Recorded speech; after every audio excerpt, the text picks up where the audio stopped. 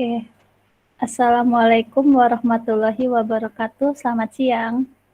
Selamat siang, Bu. Selamat siang, Ibu. Selamat siang, Bu. Gimana kabarnya? Sehat? Alhamdulillah sehat, Bu. Sehat-sehat, Bu. Sehat, kabar sehat. Alhamdulillah sehat, Bu. Oke. Anak manajemen jangan bosan ya ketemu saya seminggu 2 kali. Jadi sebulan 8 kali. Udah pada makan siang belum? Udah. Yang lain udah? Harusnya udah ya. Oke, sambil menunggu temannya, seperti biasa kita absen dulu ya. Farhan? Oh iya, sudah hadir. Oke. Farhan sudah. Arin? Hadir, Ibu. Oke. Irwanto? Hadir, Bu. Oke. Mutiara?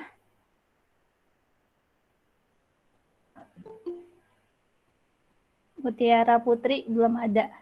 Kelvin? Hadir, Bu. Oke. Raymond? Raymond belum ada. Elizabeth Catherine? Hadir, Bu. Oke. Diamona? Diamona ada di Google Meet, tapi nggak ada suaranya. Oh iya. Hadir, Bu. Happy Rizka? Happy Rizka belum hadir. Dali Sofiatu? Oke. Hadir, Ibu. Salmina? Ya. Saya, Bu. Restu? Restu. Oke. Hadir, Bu. Kemudian Sylvia? Oh, ya. Hadir, Bu. Renita? Renita belum ada, ya. Oh, belum. Nana? Nana udah ada. Ya, nggak ada suaranya, nggak apa-apa. Diwa? Hadir, Bu. Oke. Dimitri? Hadir, Bu. Oh iya. Supyan? Hadir, Bu. Oke. Sanggita? Hadir, Bu. Oke. Dini?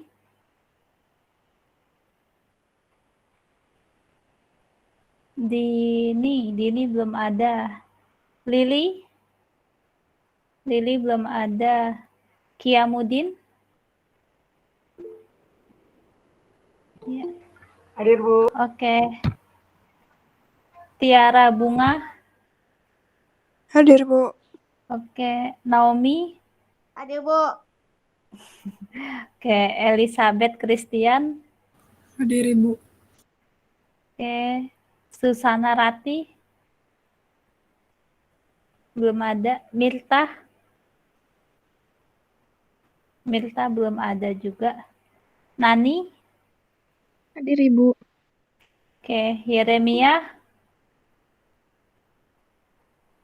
Hadir, Bu. Oke. Arisfa. Hadir. Oke. Putri Bintang. Tumben belum ada Putri. Yuha. Yuha. Oke. Tadi Renita. Renita kendala jaringan, Bu. Oh iya. Terus siapa lagi tadi ya yang baru masuk? Dini. Ya. Dini sudah masuk ya, Dini. Oke, terus yang accounting, Alfred. Hadir, Bu. Oke, Yuliani. Hadir Ibu. Oke, Aulia Rizka. Hadir Bu. Oke, Desmia. Hadir Bu. Oke, Nafisa. Hadir, Ibu. Oke, Ariesta. Hadir Bu. Oke, Wilda. Hadir, Ibu. Oke, Intan. Oh, Intan belum ada. Hadir Bu. Oh, udah. Oh, Intan udah ada. Oh iya, Intan sudah ada. Royal. Hadir. Oke, Clara. Clara keluar. Daniel. Hadir, Ibu. Oke. Alhamdulillah yang akuntansi udah lengkap. Sampai Hadir di Ibu. Iya, sampai oh ya Clara masuk lagi. Sampai di sini ada yang mau ditanyakan nggak terkait analisis investasi? Seperti biasa ya, jangan lupa absensi di e-learning untuk yang anak manajemen ya. Absensi, coba. Kemudian jawab forum diskusi. Mirta belum, Lili, Putri Bintang, Elizabeth Catherine, Farhan, Arisfa, Raymond, Restu, Mutiara Putri, Kiamudin ya. Segera absen. Oke, sekarang kita join myquiz.com dulu. Baru nanti presentasi. Sanggita sudah masuk, sudah siap. Siap banget, Bu.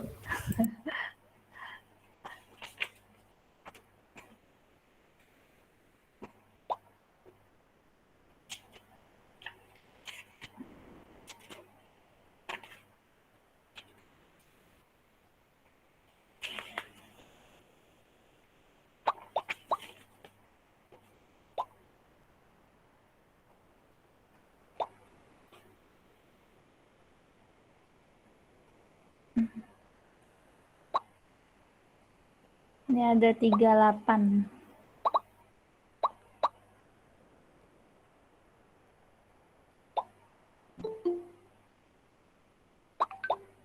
Ini Putri. Putri baru masuk.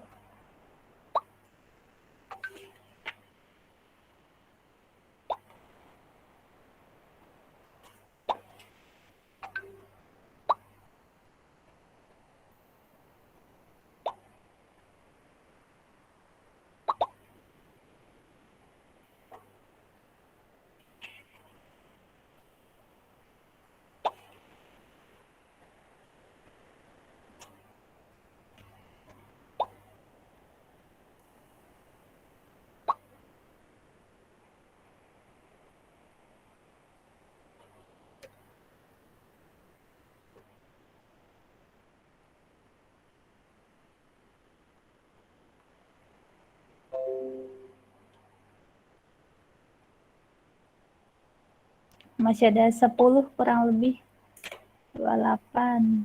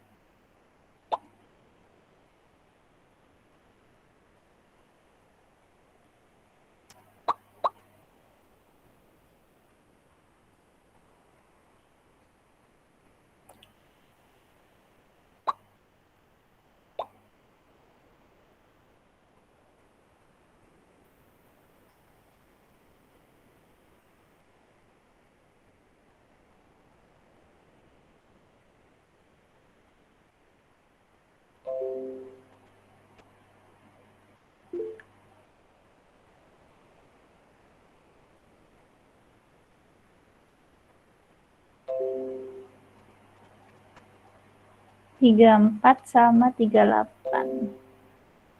3 orang lagi ya.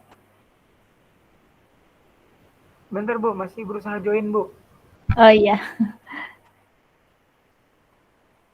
Siapa sih? Kia ya. Kia tumben belum masuk.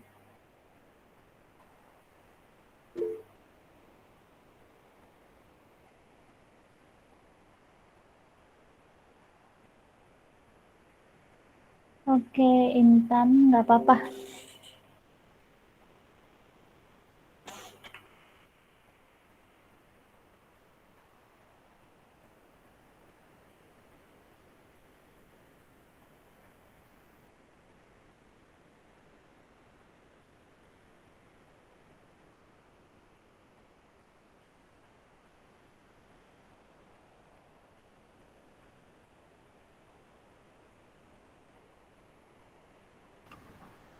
Saya juga nggak bisa join Bu. Dari tadi nggak jalan-jalan. Kia, jalan-jalan kemana?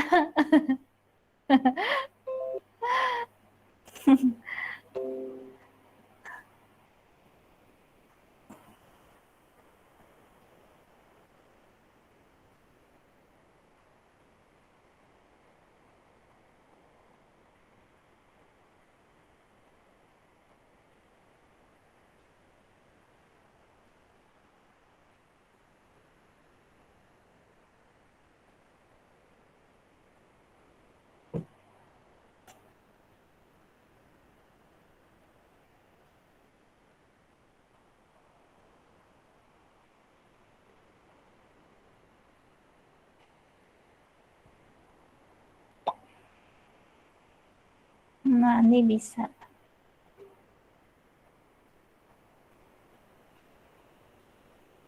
Tiga belas 15 dah kita mulai kuisnya. Kuisis.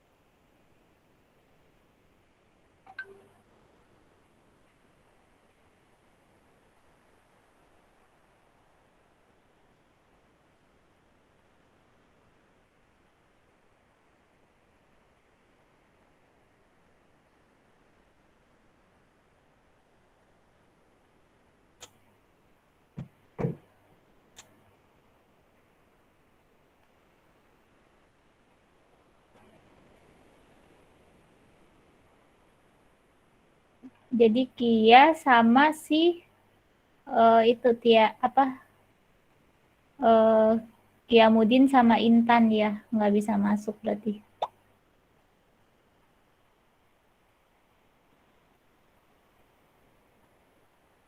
Kia keluar.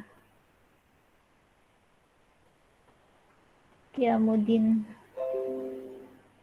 Oh, ini dia masuk.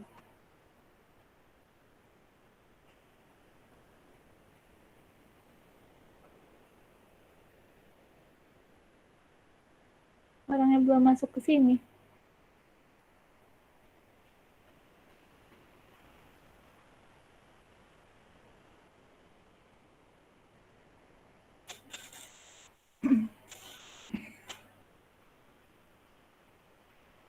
Tiga lima 36. Udah ya, berarti kita mulai aja ya berarti. Oke, 1, 2, 3.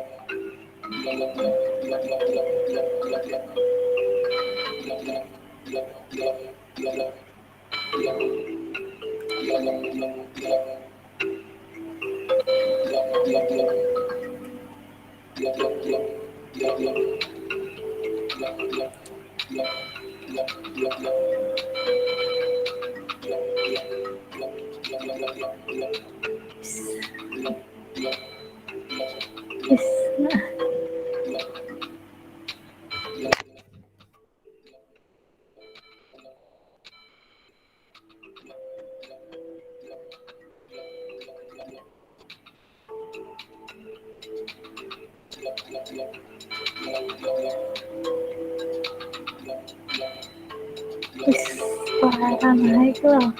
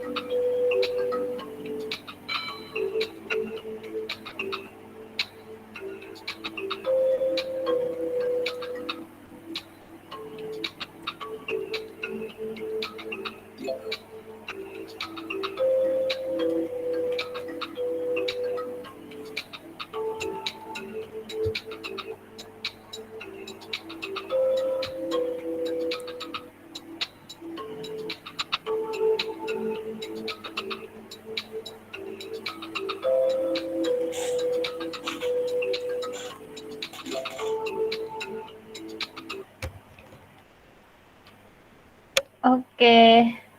Wah, selamat ya buat Yeremia, Clara, Nani. Ya. Bentar. Tadi yang benar semua. Oke. Yeremia, Clara, Nani, Restu, Dali, Sanggita, Royal, Elizabeth Christian. Ini Clara selalu dari accounting ya, selalu pertama. Yuha, Nafisa, Nana, Daniel, Kia, Naomi. Oke.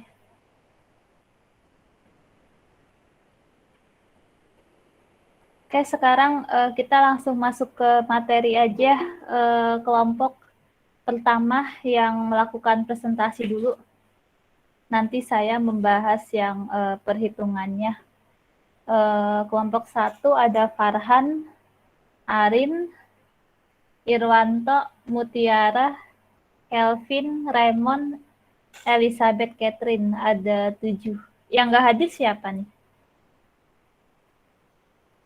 Raymond ya? Raymond kerja ya? Mutiara Putri ada nggak? Mutiara juga nggak ada.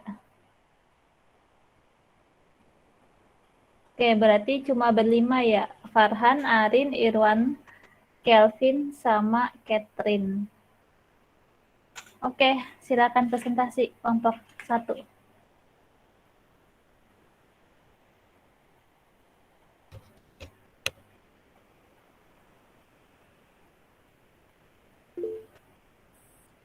Assalamualaikum warahmatullahi wabarakatuh. Waalaikumsalam warahmatullahi wabarakatuh. Perkenalkan, di sini saya Farhan Ramadan selaku moderator. Di sini kami akan mempresentasikan mengenai proses pengambilan keputusan pada berbagai kasus risiko dan retur dengan tepat dan terukur. Sebelum saya melanjutkan kepada materinya, di sini ada beberapa teman-teman saya yang akan menyampaikan materi. Yang pertama ada Arin Valia, ada Irwanto, Mutia, Kelvin, dan Raymond. Karena Raymond tidak hadir, ada juga Elizabeth. Nah, karena Raymond tidak hadir, mungkin akan di backup oleh teman-teman saya. Ya, silakan selanjutnya akan dilanjutkan oleh teman-teman saya. Silakan. Yang pertama yaitu proses pengambilan keputusan pada berbagai kasus resiko dan return dengan tepat dan terukur, di mana terdapat proses keputusan investasi yang memiliki pemahaman akan hubungan antara return harapan dan risiko suatu investasi. Pada hubungan ini, return risiko dan return harapan pada suatu investasi menjadi hubungan yang searah dan linear, yang dimana memiliki arti semakin besar return harapan, maka semakin besar pula tingkat risiko yang harus dipertimbangkan, atau bisa juga disebut sebagai dasar keputusan investasi. Selanjutnya, pada dasar keputusan investasi terbagi antara 3, yaitu return, risiko, hubungan tingkat risiko, dan return harapan. Pada return, yaitu terdapat return harapan yang merupakan suatu tingkat return yang diantisipasi oleh investor untuk masa akan datang. Sedangkan pada return aktual merupakan tingkat return yang telah diperoleh investor pada masa lalu. Kemudian pada risiko, di mana investor akan harapkan return yang setinggi-tingginya pada investasi yang dilakukan. Tetapi ada kalanya selalu mempertimbangkan akan beberapa risiko yang harus dipertanggungjawabkan dari hasil investasi tersebut. Pada umumnya semakin besar risiko, maka semakin besar pula tingkat return yang diharapkan. Dan tingkat risiko Kemudian ada hubungan tingkat risiko dan return harapan. Pada hubungan tingkat risiko dan return harapan ini, hubungan yang sangat bersifat searah dan linear, yang di mana memiliki arti sebagai semakin besar risiko suatu aset, maka semakin besar pula return harapan atau atas aset tersebut. Kemudian dengan begitu sebaliknya. Selanjutnya,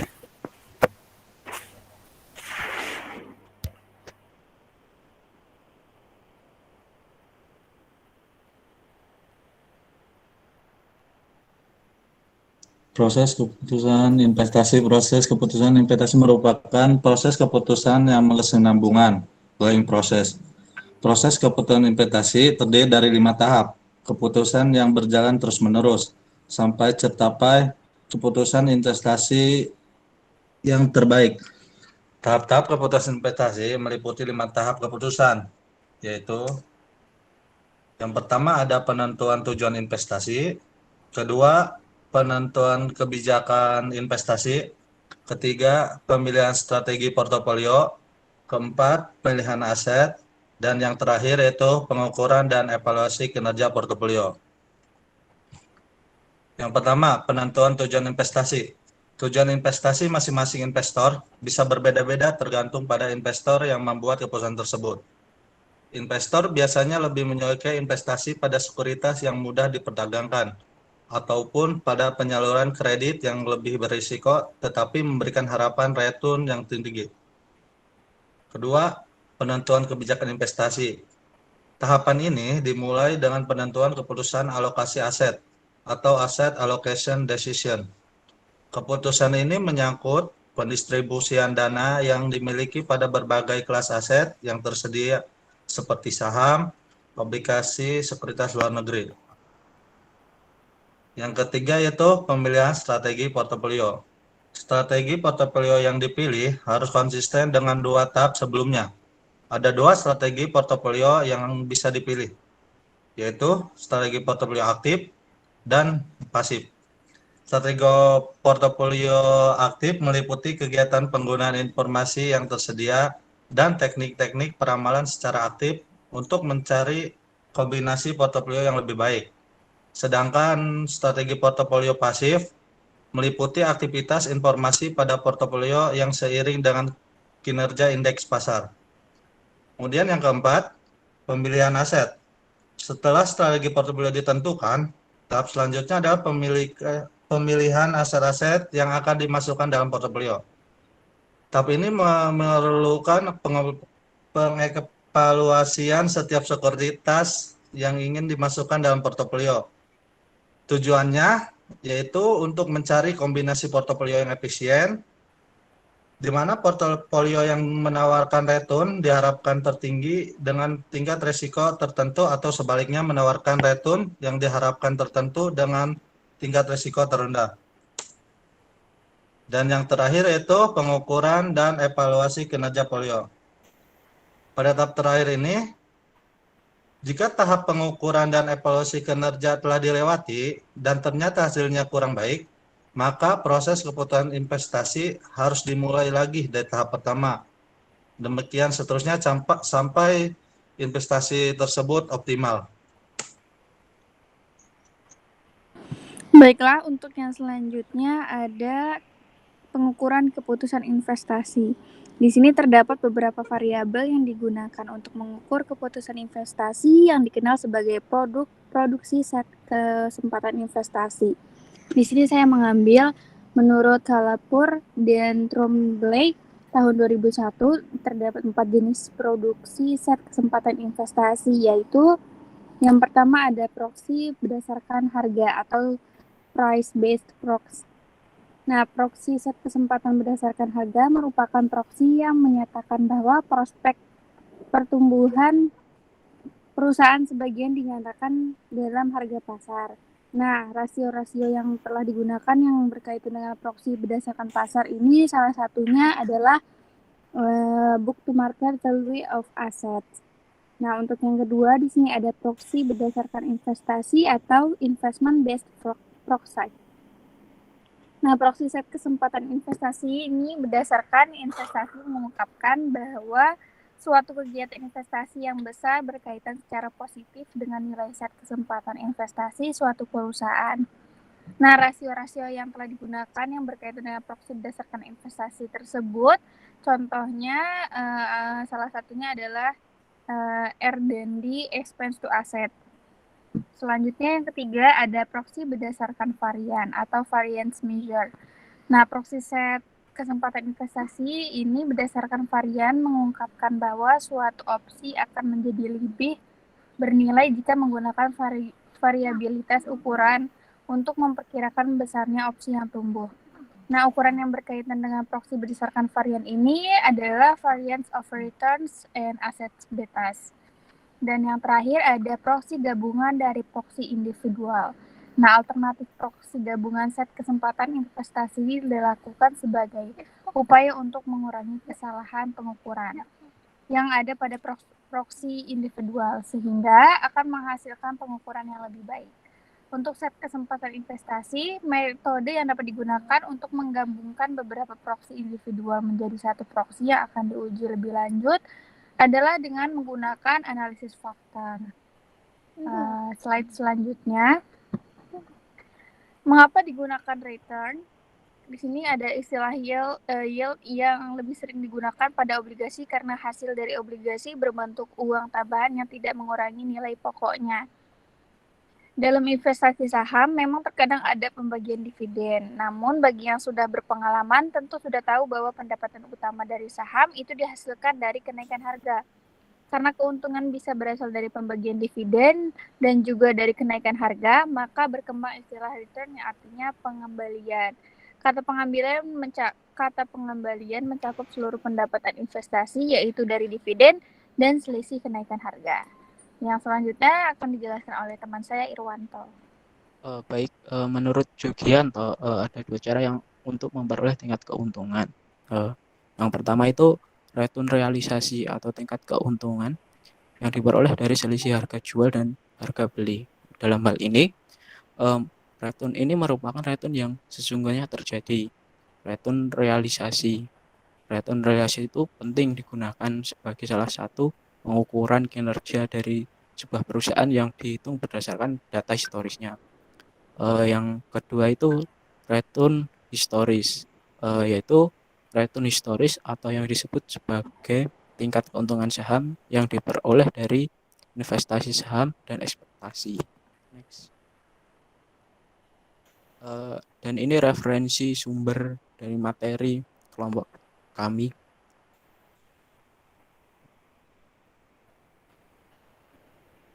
Oke, terima kasih banyak kelompok 1. Ada pertanyaan nggak teman-temannya? Ya, Sanggita. Ya, saya mau nanya sama kelompok 1 yang tadi yang bagian aset.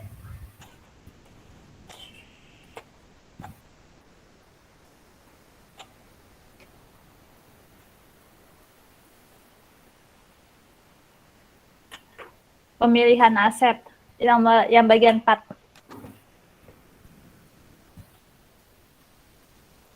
Nah, dalam pemilihan aset tadi, aset-aset apa aja sih yang dimasukin dalam portofolionya? Terus kalau bisa salah satu dari komponen aset itu nggak ada, bakal pengaruh nggak dalam menentukan strategi portofolionya? Terima kasih.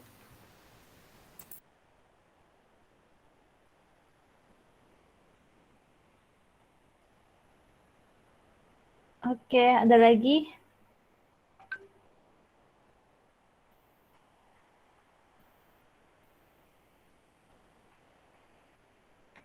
Ada lagi kah yang lain?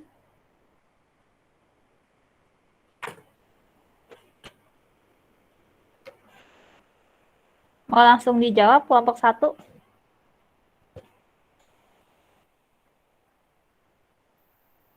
Mungkin kami minta untuk beberapa menit untuk berdiskusi ya. Oke. Izin berdiskusi. Siapa lagi yang mau bertanya?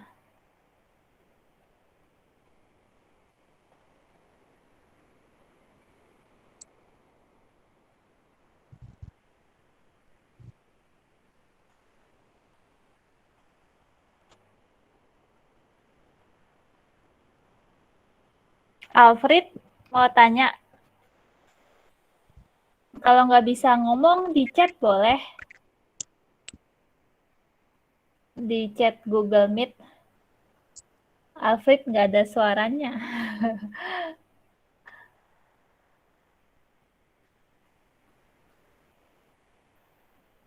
Ya, diketik di chat Google Meet boleh.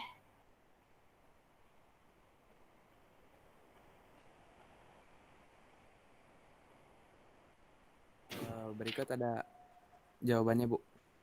Oh iya, silakan Farhan. Di sini Irwanto bakal menjelaskan mengenai pertanyaan dari Sanggita. Silakan Irwanto.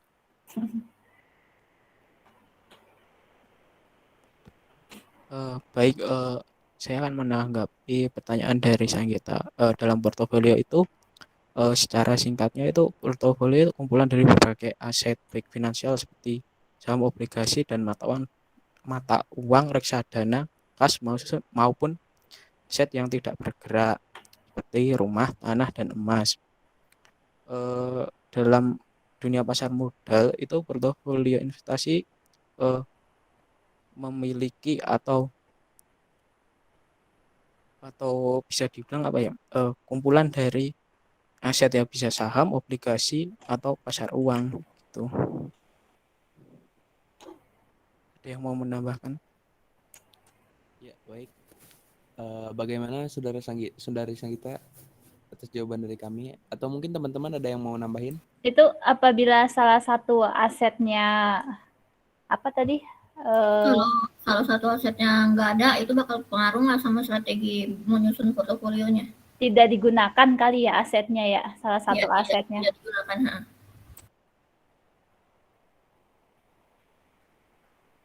Misalnya yang dipakai hanya yang aset investasi aja, tetapi yang aset yang tidak bergerak ya atau aset tetap itu nggak digunakan, itu gimana?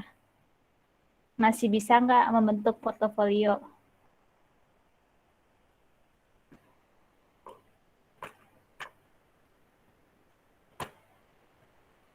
Mungkin dari teman-teman, selagi kami mencari jawabannya, mungkin dari teman-teman ada yang mau menambahkan, silakan. Ya, teman-teman.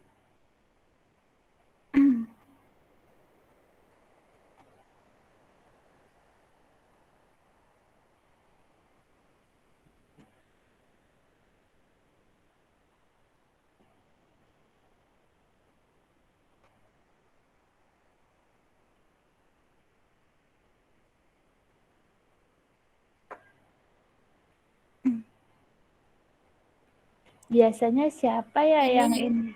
Oh iya, Dini. Boleh tanya? Boleh. Oh, kirain mau nambahin. Mau tanya, Bu. Nanti deh, nanti dulu ya. Oke, Bu. Oke, untuk Dini, silakan nanti Oh. ditampung dulu. Dini ya maksudnya, kita mau jawab dulu yang ini. Kasih Dini. Jangan lupa dicatat Dini, takut lupa. Terima kasih.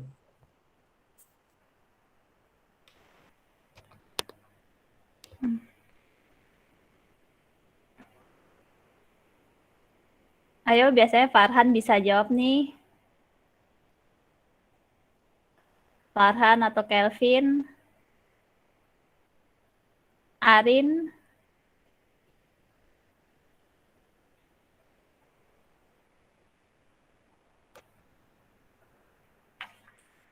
Pertanyaan Dini tulis di kolom chat aja ya, Bu. Soalnya di sini mendung gitu, jaringannya agak nggak ini karena angin. Iya, ya boleh. Pokoknya yang nggak bisa ini di chat aja ya.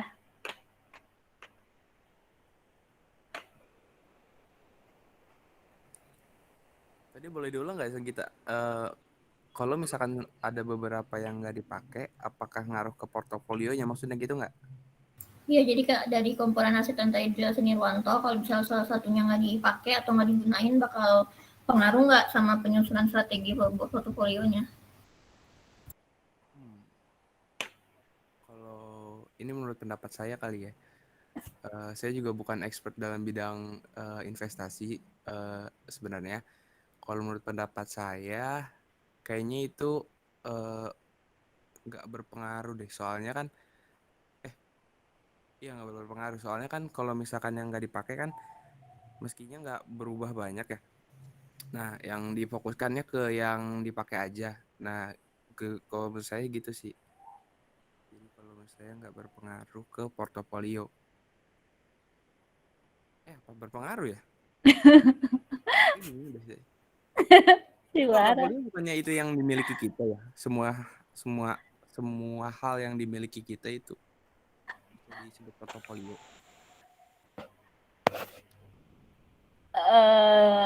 Gimana, Bu? Gunanya portofolio apa sih? Buat Untuk mendapatkan return yang tertinggi kan ya? return tertinggi. Dengan risiko yang terendah. Iya. Nah, kalau menurut saya ya, tapi tolong dikoreksi lagi ya kalau misalnya saya ada kekurangan juga, karena kita sama-sama belajar nih. Jadi kalau misalnya salah satu aset tidak dipakai, misalnya ada aset yang menganggur ya, misalnya aset properti menganggur tidak dipakai dalam penyusunan strategi portofolio. Nah, kalau menurut saya sih itu tidak berpengaruh kalau portofolio yang yang sedang digunakan itu memiliki return yang tinggi atau profit yang tinggi gitu. Tapi ya ketika returnnya mengalami penurunan, berarti harus mengambil dari dari aset yang tidak digunakan gitu. Jadi tergantung dari kondisinya dulu nih, posisinya lagi menguntungkan apa lagi merugikan gitu. Kalau menguntungkan ya sebaiknya sih tidak tidak perlu menggunakan aset yang menganggur. Tetapi kalau sedang kondisinya rugi, itu perlu menggunakan aset yang menganggur. Tujuannya untuk menutupi kerugian investasi. Gitu. Ya, karena kan Berarti gimana? saling subsidi gitu, Bu? Atau gimana? Iya, gitu. Ya nggak sih? Kalau menurut saya sih gitu, dilihat dari kondisi pasar, harga pasarnya.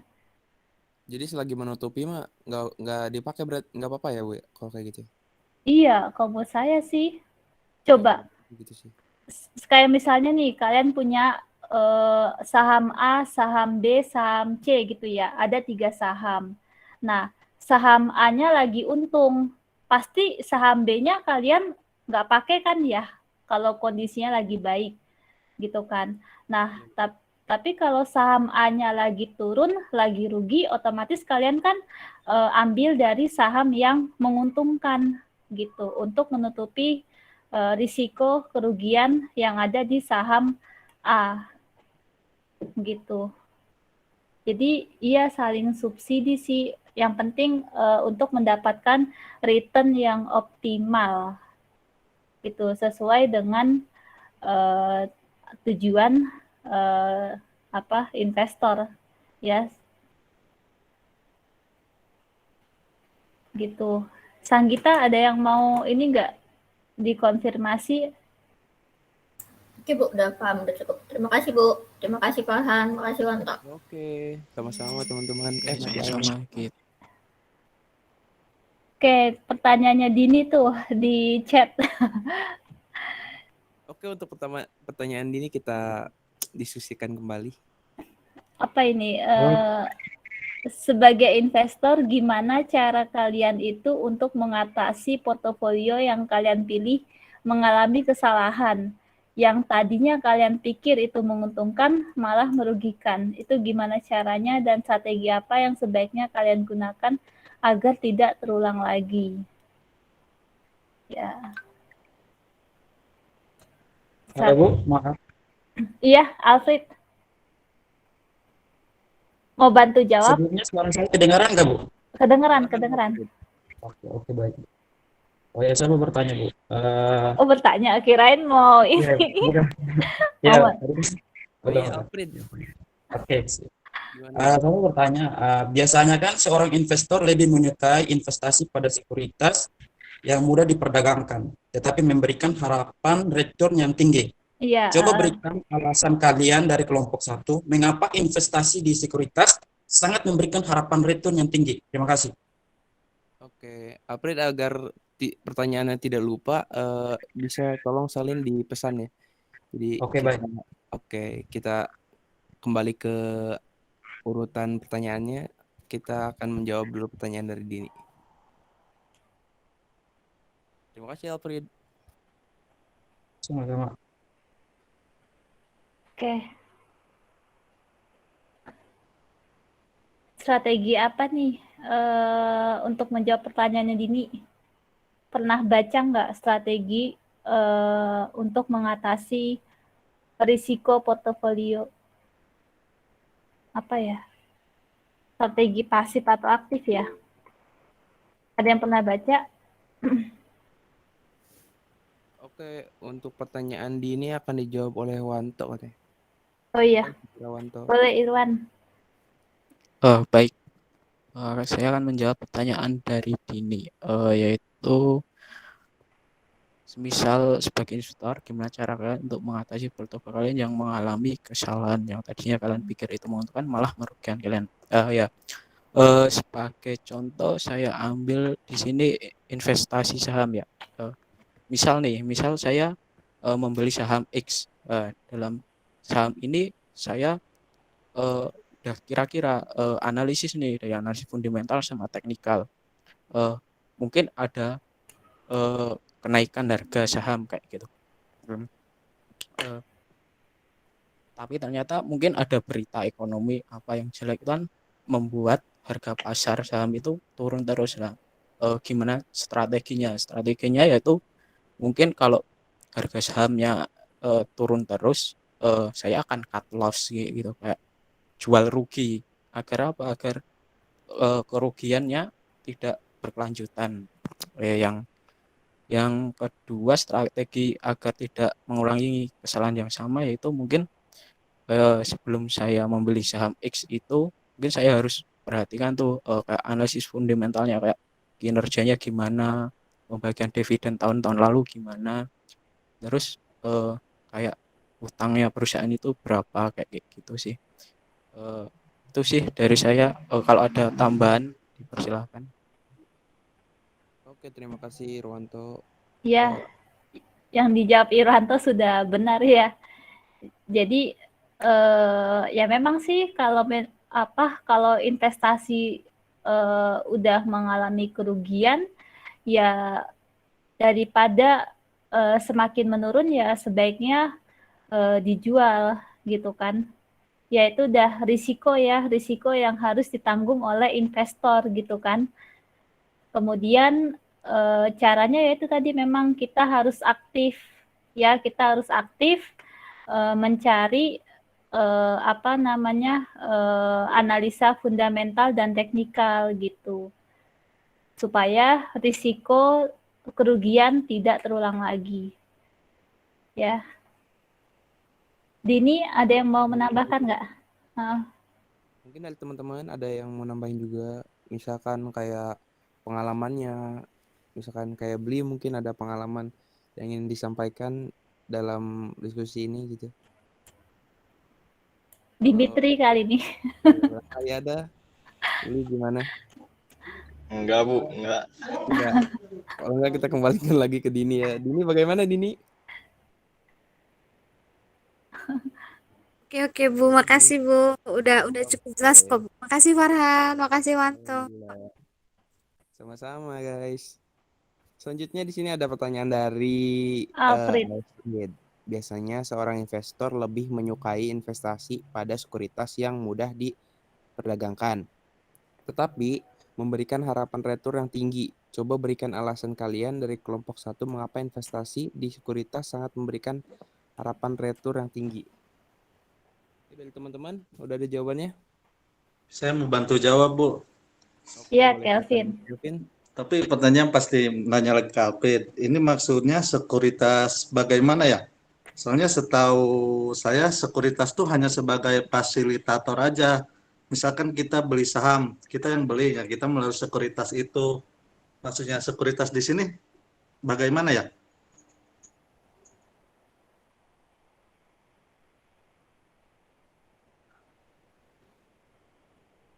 Alfred? Jaringan kali ya. Sekuritasnya itu termasuk ke jenisnya atau masuk ke ini apa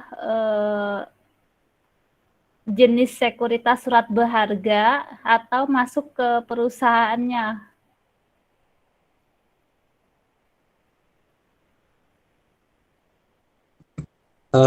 Halo Bu, perusahaan Iya, Alfred.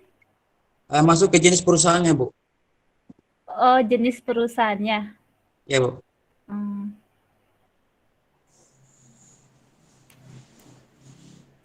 Ya, gimana kelompok 1 cara memilih perusahaan sekuritas yang tingkat keandalan kepercayaannya itu sangat tinggi supaya mendapatkan return yang tinggi.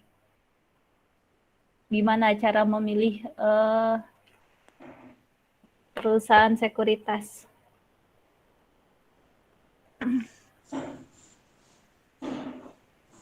Oke, mungkin kita lanjutkan.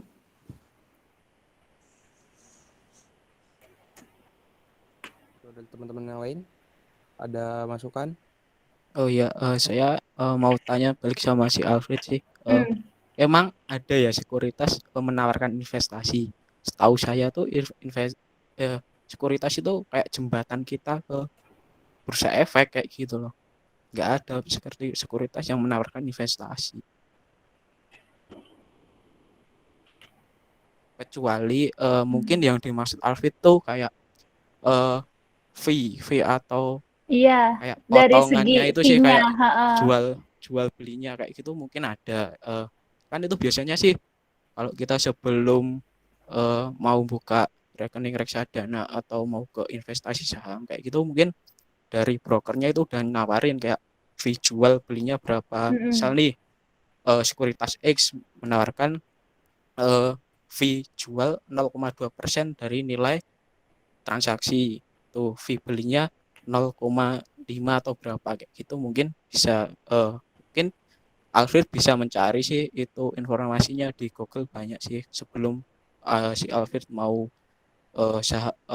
investasi ke saham itu bisa tanya-tanya ke brokernya itu buat fee transaksinya berapa kayak gitu. Nanti bisa diperbandingin mana yang murah, mana yang tinggi kayak gitu sih Bu dari saya. Rata-rata tuh perusahaan sekuritas itu sudah go public apa belum ya? Ada yang udah, ada yang belum, Bu. Ada yang udah, ada yang belum. Kalau yang udah mungkin aman kali ya kalau yang udah go public. Tapi kalau yang belum gimana nih? Kalau yang belum go public, kalian tetap pakai nggak? Terkadang ada sekuritas bodong sih, Bu. Itu hanya untuk dipakai buat kayak yang sesuatu yang ilegal gitu sih, Bu. Menurut saya. Sesuatu yang ilegal. Ibaratnya kayak kemarin korupsi Asabri itu kan dari dimainkan juga itu di pasar modal itu. Oh. Ibaratnya beli menggoreng-goreng saham gitu Bu, pakai sekuritas ilegal, sekuritas bodong. Gitu. Oh, iya iya. Nah, kalau udah kalau sekuritasnya bukan perusahaan go public, kenapa masih banyak orang yang mau investasi ya?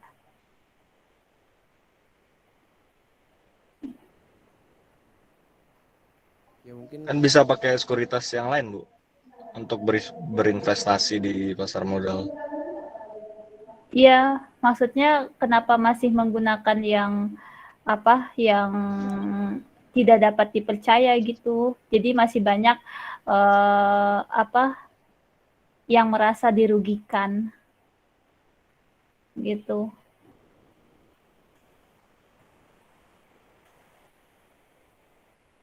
Di sini ada yang menggunakan itu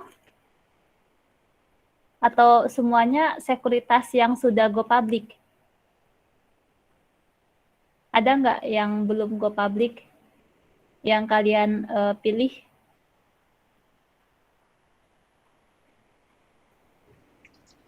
Saya belum, Bu. Tetap pakai yang Sekuritas yang GoPublic. GoPublic itu cuma 2, Bu. Dari Cuma 2? Iya, 1 apa 2 gitu, setahu saya ya. Sedangkan Punya sekuritas kan punya ada. siapa tuh? Saya punya banyak sih sekuritas, Bu. Oh, yang udah GoPublic. Iya, Yang iya, udah sudah GoPublic. itu ini punyanya Boy Thohir, kalau Ibu pernah dengar. Adaro Group. Oh, iya. Trimegah itu kan dia baru membeli. Boy Thohir baru membeli Trimegah Sekuritas. Kebetulan itu udah GoPublic. Iya. Ada lagi nggak? Dimitri kayaknya Bu, lebih tahu. Saya mau nanya, Bu. Boleh. Tadi dikatakan sama Irwanto di pasar modal itu ada obligasi, saham, sama pasar uang. Obligasi, saham, pasar uang. Ya, terus bagaimana menurut kelompok 1 kita menyusun portofolio misalkan berapa persen di saham, berapa persen di obligasi. Bagaimana menurut kelompok 1 yang sangat ideal gitu, Bu? Nah, benar nih. Pertanyaan bagus. Oke, terima kasih. Bagus sekali pertanyaan dari Beli Dimitri ini. Kebetulan di kami itu ada 2 orang yang mungkin ada beberapa orang yang emang terjun di bidangnya langsung. Jadi boleh silakan. Yang saya tahu sih Kelvin dan Irwanto boleh bisa menjawab mungkin. Silakan. Ya, supaya kita tahu nih gimana sih proporsinya gitu. Ya, baik, Bu. Menurut saya pribadi, Bu, sebenarnya kayak ngitung proporsi kayak gitu sih ke manajer keuangan ya. Tapi ini setahu saya itu yang pertama kita ambil tuh investasi yang resikonya rendah. Itu proporsinya lebih banyak. Itu kayak obligasi. Tapi emang pergerakannya tuh kan kayak kupon yang pasti ya, Bu ya. Gitu. Mungkin di obligasi kita misal nih naruh 40%-nya aja deh gitu. Di saham, karena saham kan resikonya termasuk tinggi ya, Bu, tinggi, gitu. Iya, Tapi kayak returnnya itu tinggi juga returnya gitu. juga tinggi. Itu misal itu kita bisa ke 30%-nya, yang sisanya kita ke pasar uang gitu. Misal kita bisa ambil tuh ya yang di bank itu kayak tabungan berbunga kayak gitu sih, Bu. Itu pendapat dari saya. Kalau ada tambahan bisa ditambahin sih. Berarti tergantung kitanya ya, kita berani ambil risiko apa enggak ya? Iya. Iya, Bu, benar, Bu. Kalau kita nggak berani ya udah berarti ambil yang rendah aja. Tapi kalau kita berani ya udah. Ya. Kalau Irwanto sendiri bagaimana? Berapa persen porsinya? Di saham, berapa persen di obligasi? Kalau saya sendiri ya kalau di saham mungkin saya 30%-nya ada deh. Terus kayak saya lebih tertarik ke obligasi sih di masa sekarang ini kayak gitu. Ya emang yieldnya tuh emang besar gitu. Apalagi di akhir tahun ini kan. Itu sih Dimitri. Jadi Irwanto punya semuanya nih investasi? Ya dikit-dikit, Bu. Wih. Punya, Bu, Irwanto punya, Bu. Di saham ada, di obligasi ada gitu. Di pasar uang juga ada. Enggak sih, Bu, kalau pasar uang belum punya modal. Besok katanya Bu Irwanto pasar modal. Amin. Kalau Dimitri punya semua sih, Bu. Dimitri, Bu, punya semua, Bu. Iya, Dimitri. Enggak, Bu. Beli. Saya masih Jangan belajar. diragukan lagi, Bu. Expert. Jadi kalau buat tadi kan kata Irwanto kalau buat kondisi sekarang nih akhir tahun obligasi ya dibandingkan saham. Itu kenapa? Mungkin karena pandemi kayak gini, Bu. Banyak sih yang menjual obligasi kayak gitu dengan nilai yieldnya yang tinggi gitu. Oh, iya iya iya. Jadi kalau di saham berarti lagi menurun gitu kondisi pandemi. Maksudnya tidak terlalu signifikan peningkatannya. Kurang sih, Bu. Kurang. Oh, pantesan apa adik ipar ya, dia punya investasi saham. Katanya sih hampir ratusan juta. Nah, terus tahun ini sih katanya lagi menurun gitu, nggak tahu tahun depan gitu. Dia udah pengen cairin dananya tapi lagi turun sekarang gitu. Jadi katanya nunggu tahun depan. Kalau kondisi ekonomi udah baik.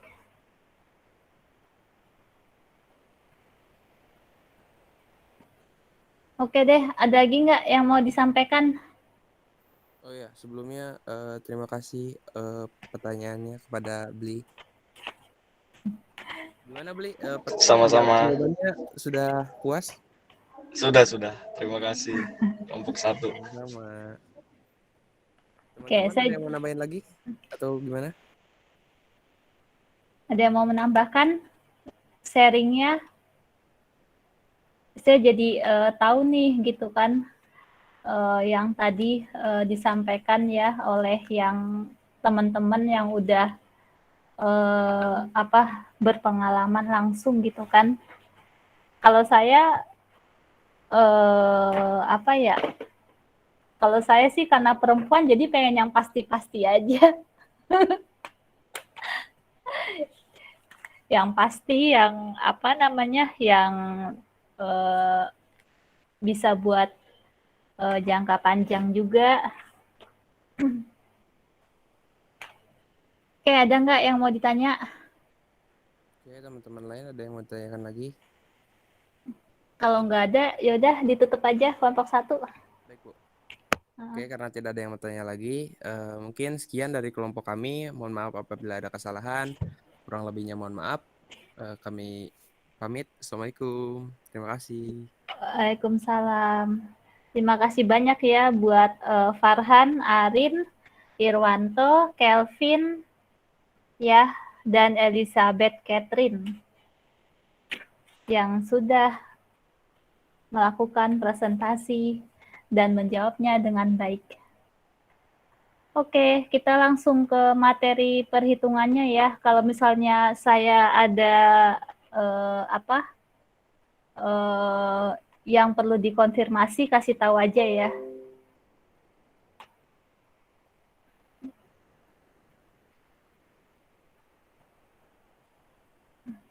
Aduh, ini di stop.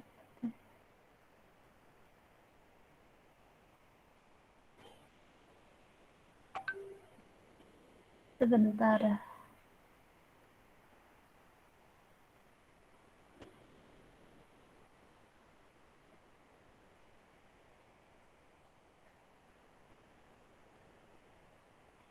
Oke. Nah, di sini ada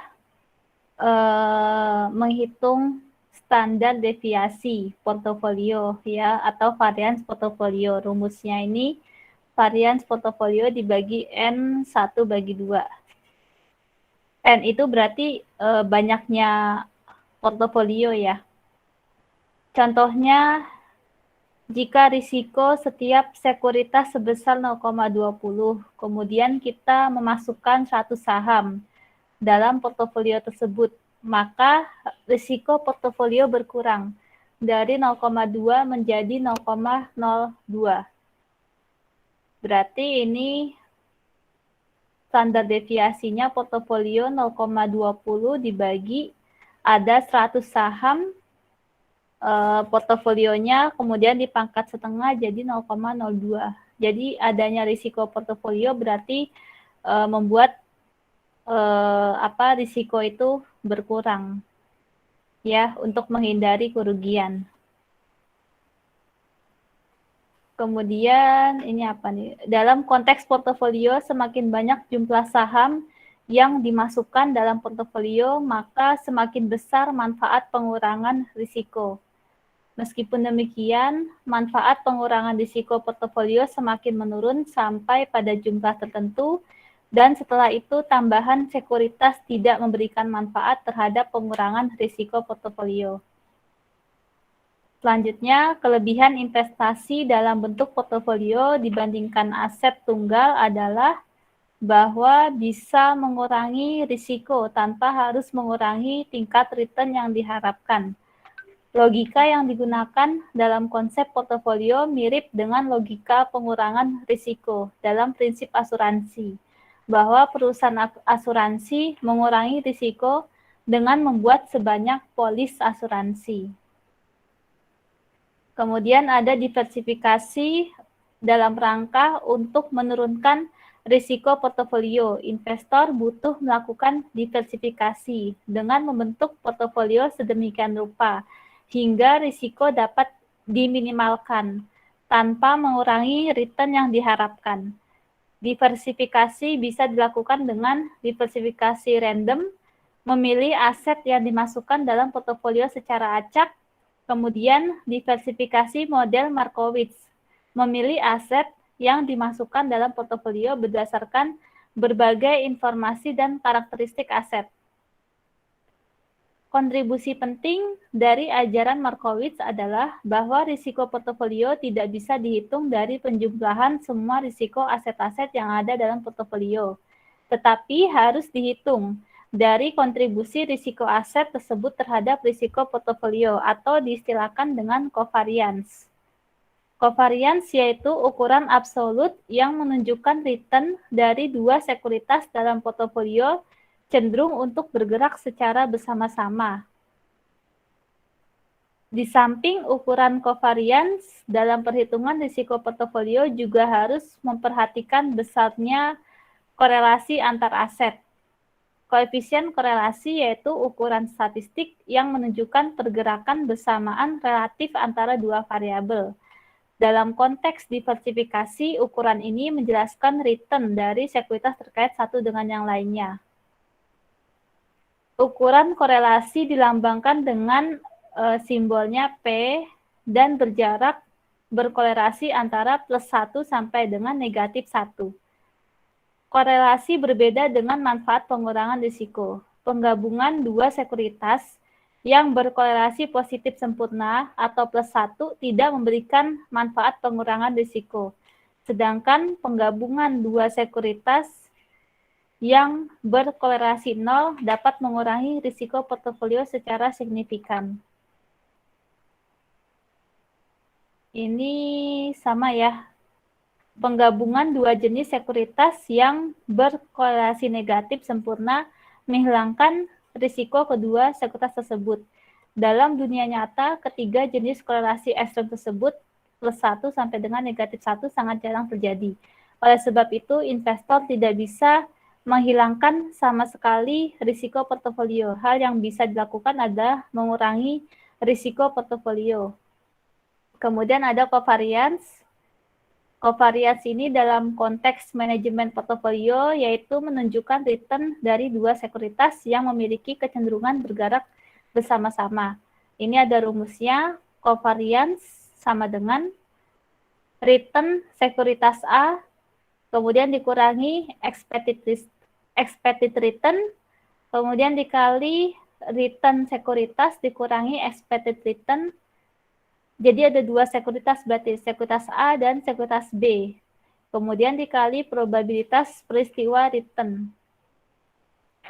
Kemudian menghitung expected return ini juga ada rumusnya yaitu jumlah bobot portofolio yaitu bobot portofolio sekuritas dikali expected return dari sekuritas. Di sini ada contohnya portofolio yang terdiri dari 3 jenis saham ABC, DEF, dan GHI menawarkan return yang diharapkan sebesar 15%, 20%, dan 25%.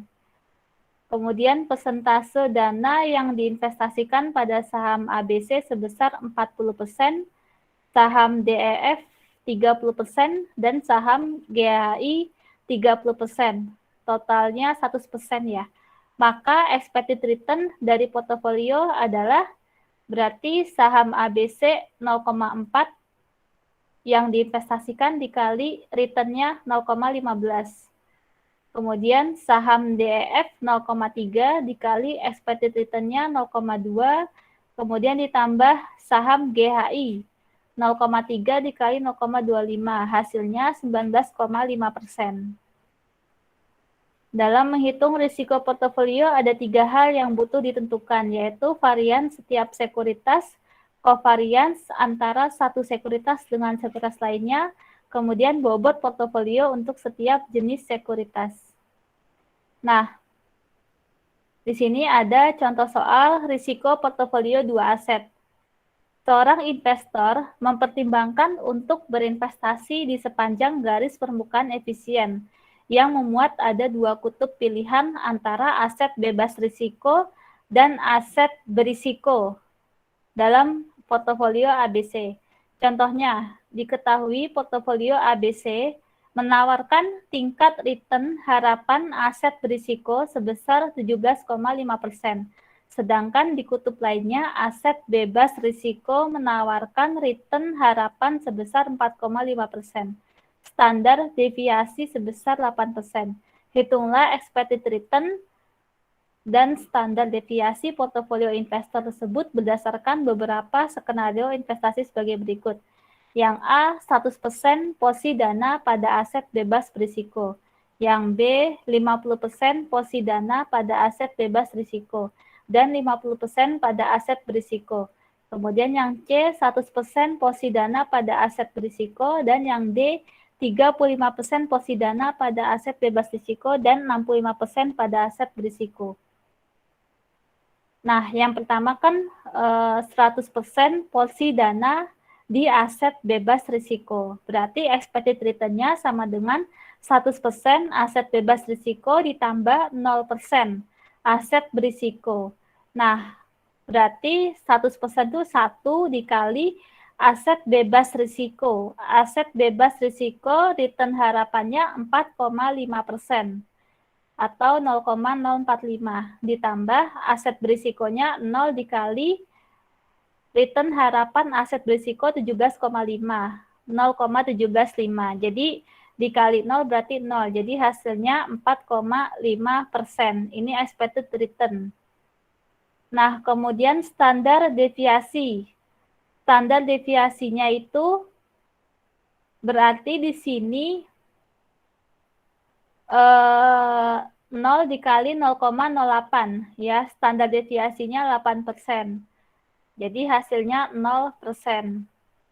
Kemudian yang B 50% porsi dana pada aset bebas risiko dan 50% pada aset berisiko. Berarti expected return-nya 0,5 dikali aset bebas risiko 0,045 ditambah 0,5 dikali aset berisiko 0,175.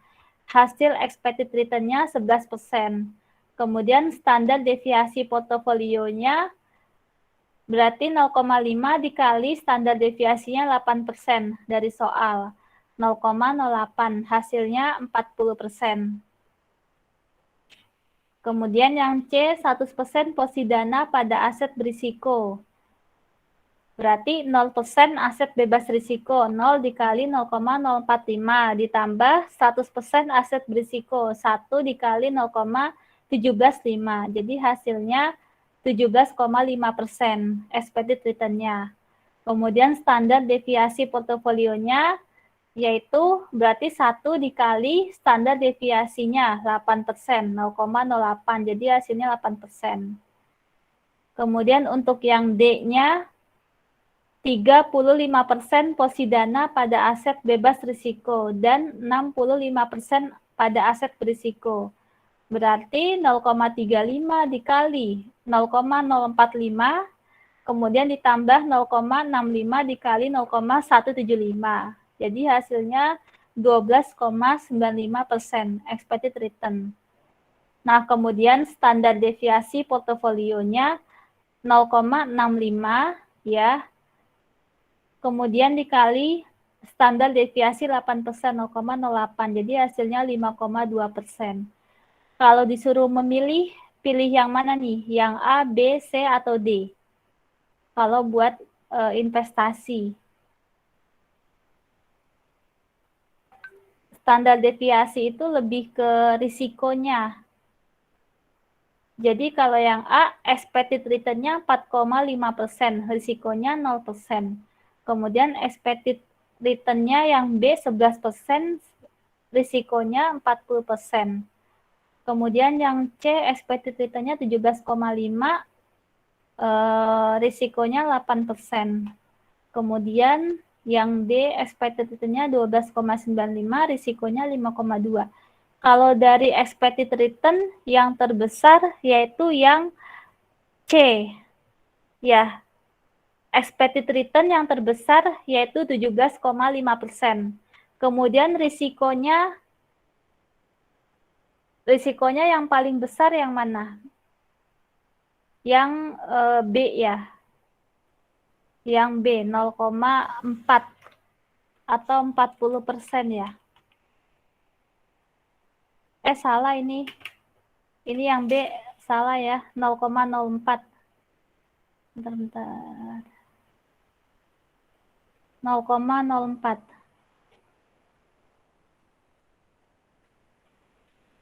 Ya. Direvisi yang jawaban B-nya, nanti saya upload ulang deh. Ya, jadi tadi expected return yang terbesar yaitu yang C, 17,5%. Kemudian risiko yang terbesar yaitu yang C juga, 8%. Berarti sesuai dengan teorinya, semakin tinggi return yang diharapkan, maka semakin tinggi juga risiko yang harus ditanggung.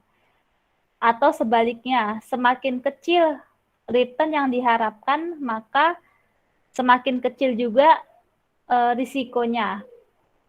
Jadi kalau yang paling besar yang C, kalau yang paling kecil berarti yang A ya. Yang A. Yang A ini yang paling kecil, expected return-nya 4,5% dan tidak ada risiko. Risikonya 0% karena semuanya diinvestasikan di aset bebas risiko. Ya, jadi membuat keputusannya seperti itu. Jadi kalau investor yang berani mengambil risiko itu ambil yang di C. Tapi kalau investor yang averse ya, yang menghindari risiko berarti ambil yang A. Gitu. Sampai sini ada pertanyaan nggak? Ada pertanyaan? Belum ada, Bu. Ya, jadi tugasnya itu ya dibikin keputusannya. Kalau investor yang berani mengambil risiko itu yang C. Kalau yang menghindari itu yang A. Ya. Kalau yang B dan D, Bu? Kalau B dan D apa? Berarti itu yang biasa-biasa aja, Pak. Menurut Kia gimana? Kan itu soal nomor 2 di tugas kan ada bikin kesimpulan tuh. Sekalian dong, Bu. Kalau menurut kalian tuh gimana B dan D? Kalau yang B balance ya, kalau yang B balance nih. 50-50 gitu ya, Bu?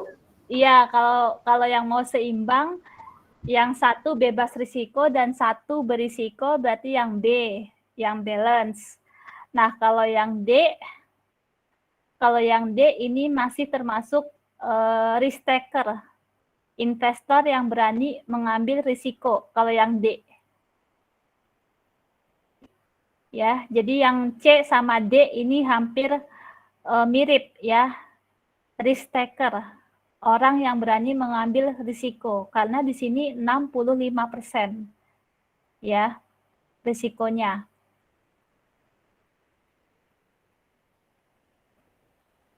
Oke. Ada lagi nggak yang mau Berarti ditanya? itu ya Bu, Nah, Ibu. Berarti kesimpulannya itu ya Bu?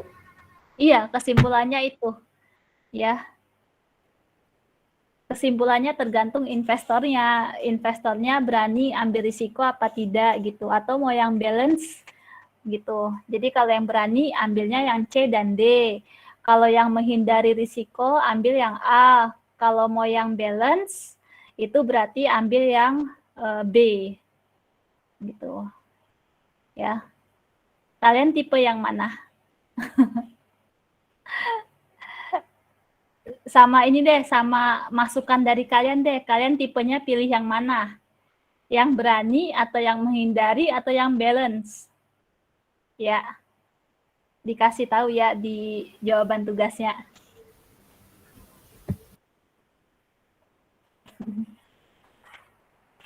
Supaya saya tahu nih, ternyata misalnya kalau mahasiswa akuntansi lebih berani ambil risiko misalnya, atau yang mahasiswa manajemen ternyata nggak suka risiko yang tinggi gitu, atau semuanya maunya yang balance itu juga boleh ya.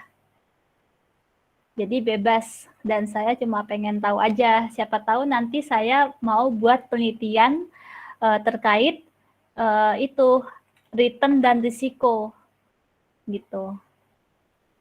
Bisa tuh buat dijadikan penelitian skripsi kalian tentang return dan risiko gitu kan. Nanti kalian bisa menilai mahasiswa MNC lebih tertarik yang mana gitu. Nanti dihubungkan ke teorinya. Oke, saya cek absen dulu ya.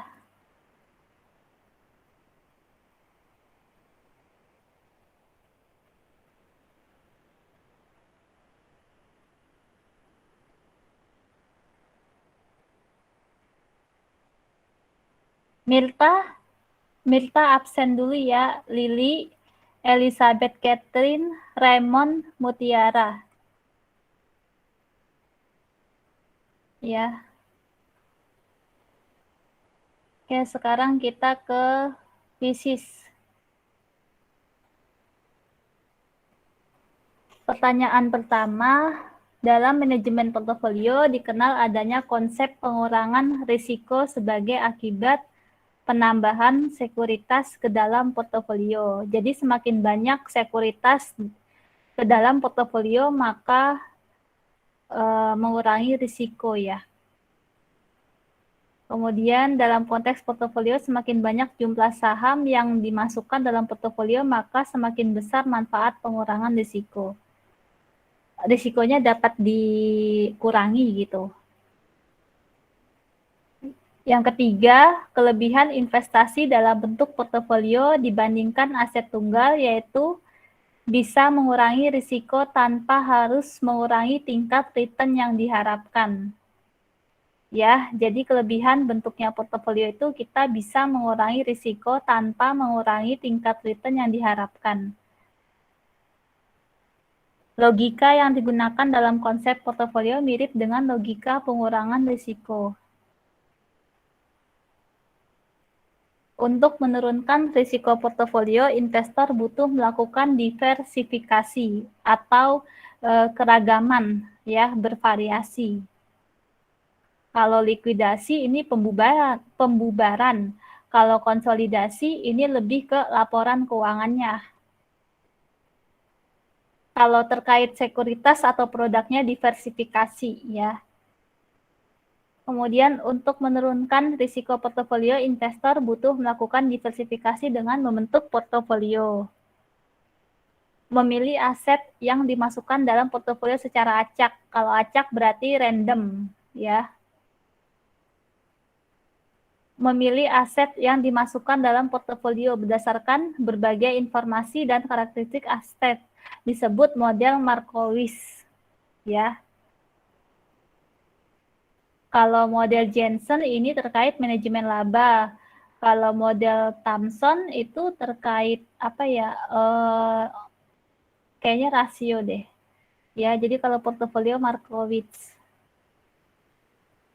Yang kesembilan, ukuran absolut yang menunjukkan return dari dua sekuritas dalam portofolio cenderung untuk bergerak secara bersama-sama disebut covariance. Yang terakhir, ukuran statistik yang menunjukkan pergerakan bersamaan relatif antara dua variabel disebut koefisien korelasi. Oke.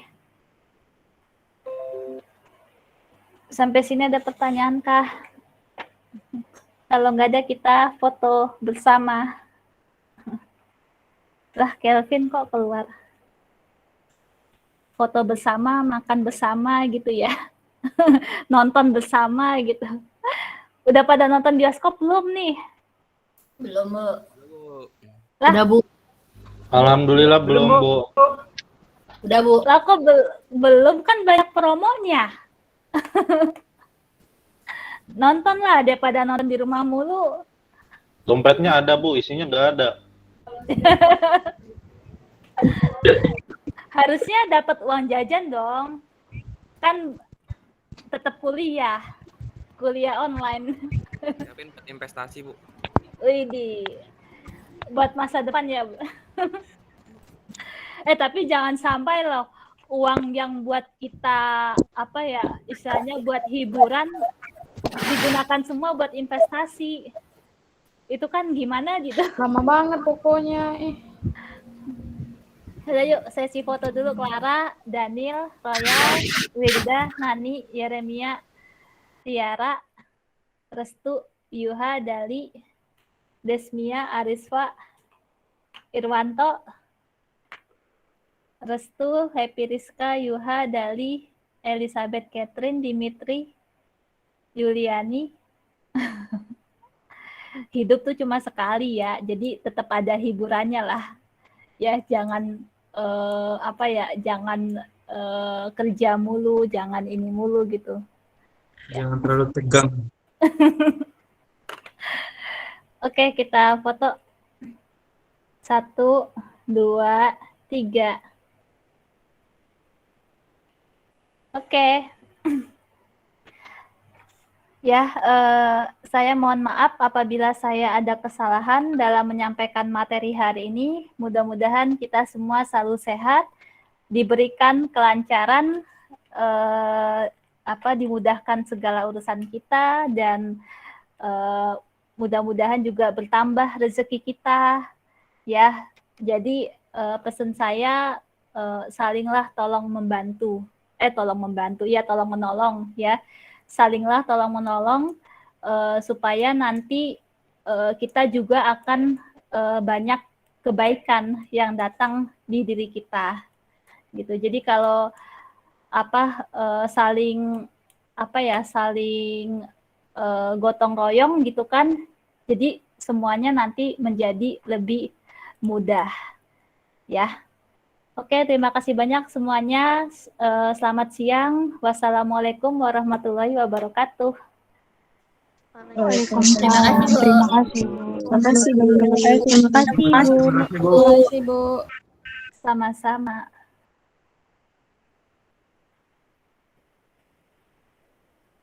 Stop recording.